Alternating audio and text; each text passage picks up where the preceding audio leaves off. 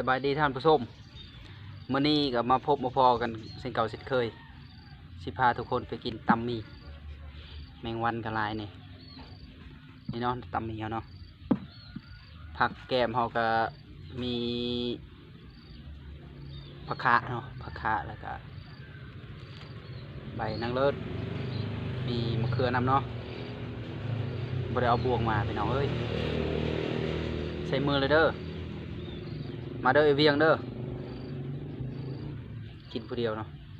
มาลงมือเนาะลองเบิ่งมันจะเป็นที่ไหนรสชาติหาก็ออกมาแต่กักโตเนาะวิดโทษวิดโทษแล้วเด้อบัดนี้เนาะนี่เนาะติดในนี้แล้วเด้อใส่มือเลยเด้อพี่น้องเนาะบ่ได้เอาบวงมาเนาะ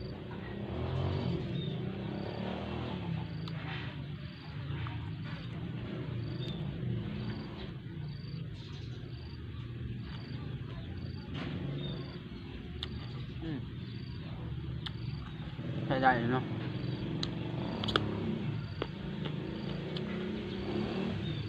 วิวทางหลังห้องน้ำผมมีวันถ่าย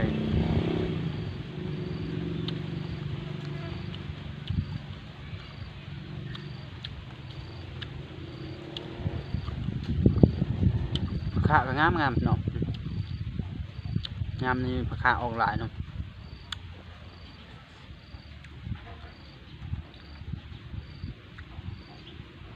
ยำนี่ผักขาลายแล้วยำกินกับซอยจุนี่สุดยอดเนาะผักขาเนาะมันนี่มากินตำหมี่เนาะ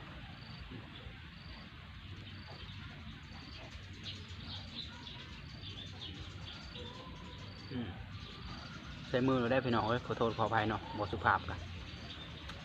แขกบริหารเชิญกันมาหลาย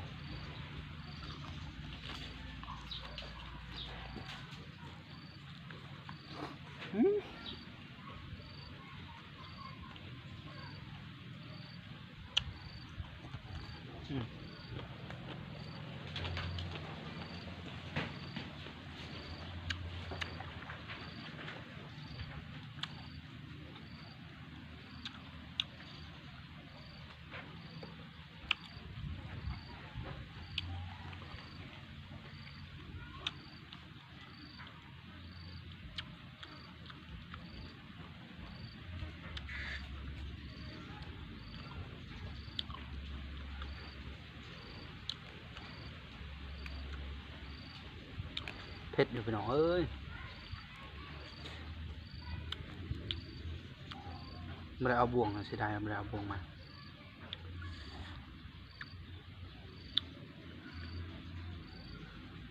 ใส่มือเนาะแขกบริหารเชิญนี่กันมาดูเลย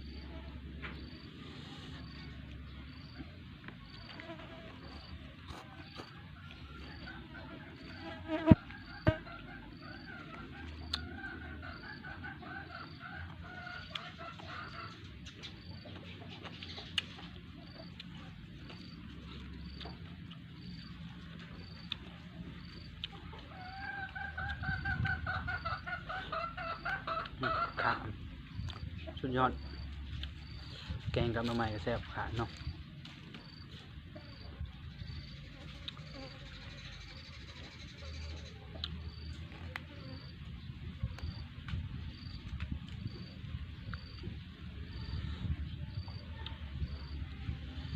ห่างกายต้องการเผ็ดออกมาใหม่ๆเนาะรักษาสุขภาพเนาะทุกคนเนาะช่วงนี้ไปใส่มาใส่ระวังเนาะ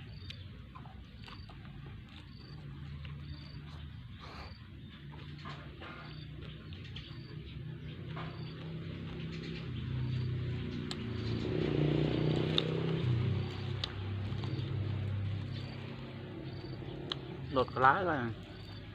จึงรบกวนขอโทษขออภัยเด้อ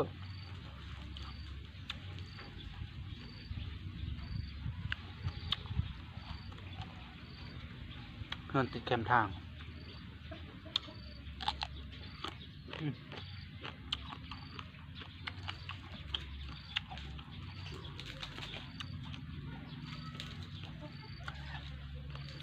ผักนี่เคยกินบ่พี่น้องบ้านเพชรเอิญ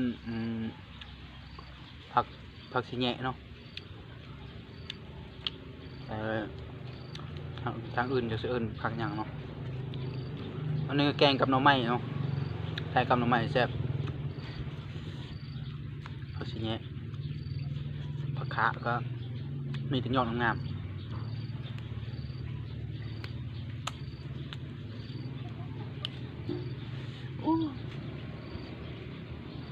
เสียดายไม่ได้เอาบวงมาเนาะกับไม้กินถูก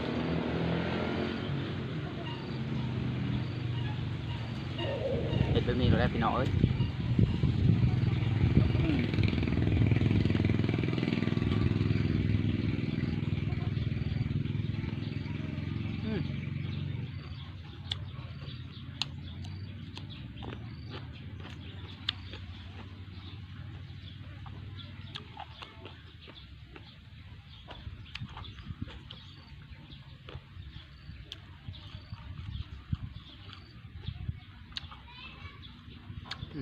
ชิมเบิ่ง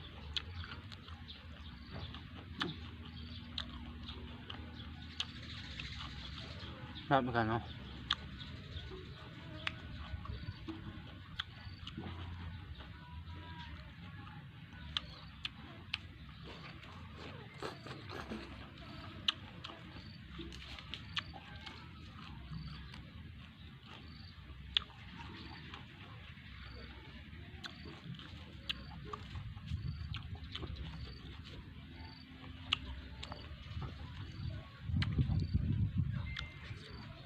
ตำมี่เนาะเอามีไว้เขาแหละมาตำกินเนาะมีอย่างก็ได้เนาะแต่คักมันมีไว้เนาะเส้นมันแข็งๆนิดหนึ่งเวลาเขาลวกมันจึงบ่เปื่อย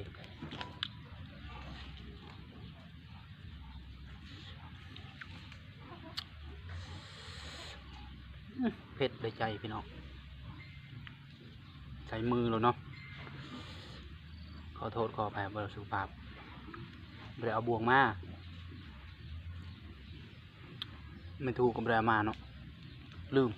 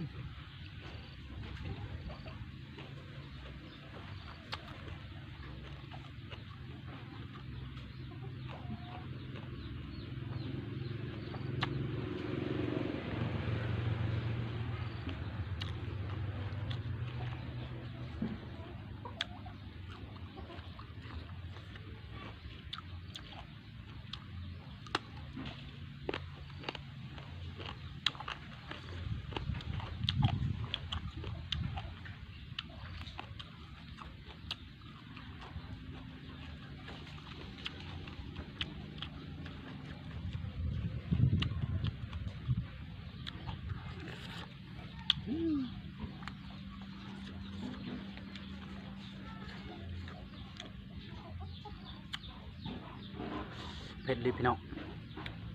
ทางเผ็ดแห้งทางเผ็ดดิบเนาะใส่ปนกันเลยเผ็ดแมงวันนี่ก็หลายเลย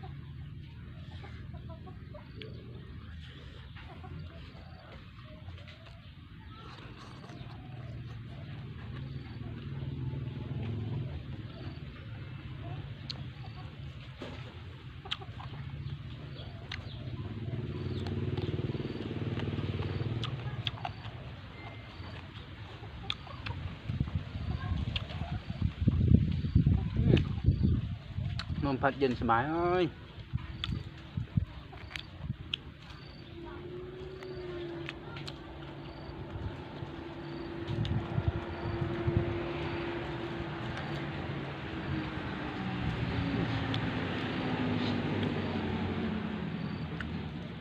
โมมีบ่วงพี่น้องเอ้ย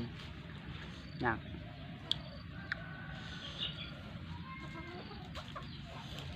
ห่อใส่ใบนางเลิศเนาะ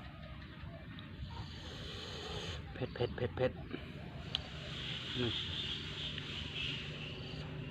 ถ้ามีลูกชิ้นหรือฮอทดอกตามกับแซ่บหลายคักเนาะลองมันเด้อ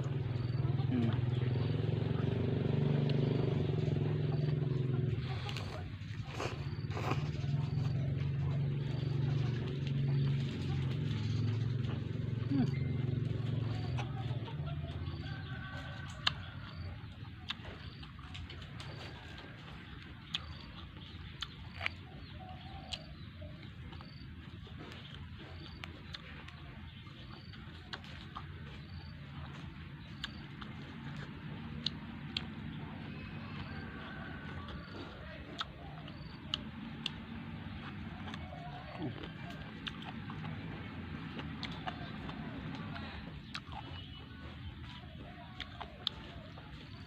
วียงอย่าเปิดเพลงเด้อเวียงเด้ออย่าเปิดเพลงเด้อ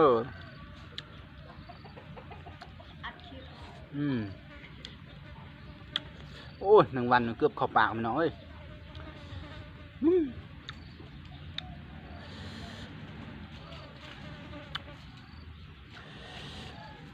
เผ็ดเผ็ด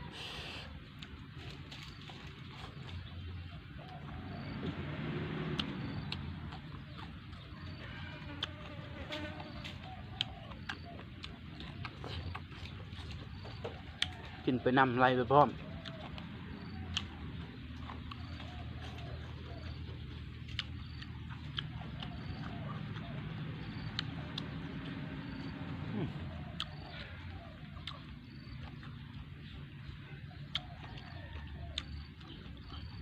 เริ่มอยู่ท้องเลยพี่น้อง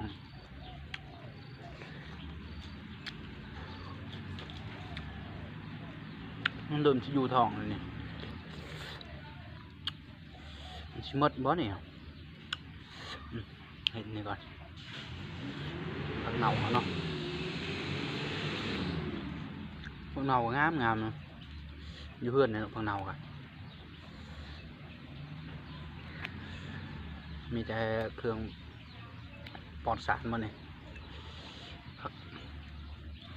ก็ได้ซื้อมาจากตลาดเนาะปลูกเองโอ้ไม่ได้เอาบวงมาไปเนาะจับบ่ได้เลยเนี่ย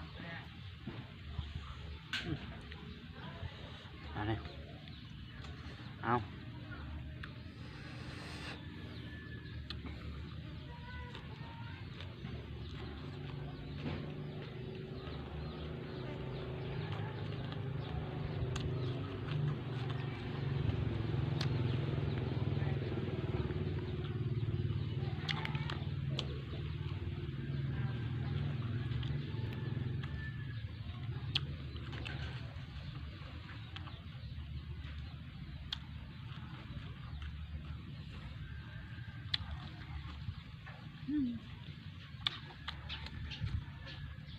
เผ็ดพี่น้องมัน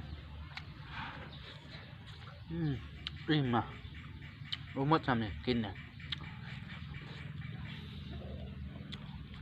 บ่หมดเนาะ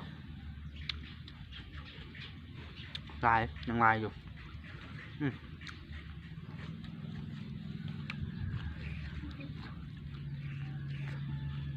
เผ็ดเผ็ดเผ็ดเผ็ดอิ่มแล้วพี่น้องเอ้ยคลิปนี้ก็จบลงเพียงเท่านี้เนาะขอบใจรายเดอร์ที่เขามารับชมแล้วก็ติดตามก่อนจบคลิปก็ขอฝากกดไลค์กดแชร์กดติดตามให้2เพจชิโนศูนย์กินเดอร์เนาะทุกคนเนาะขอบใจหลายบ๊ายบาย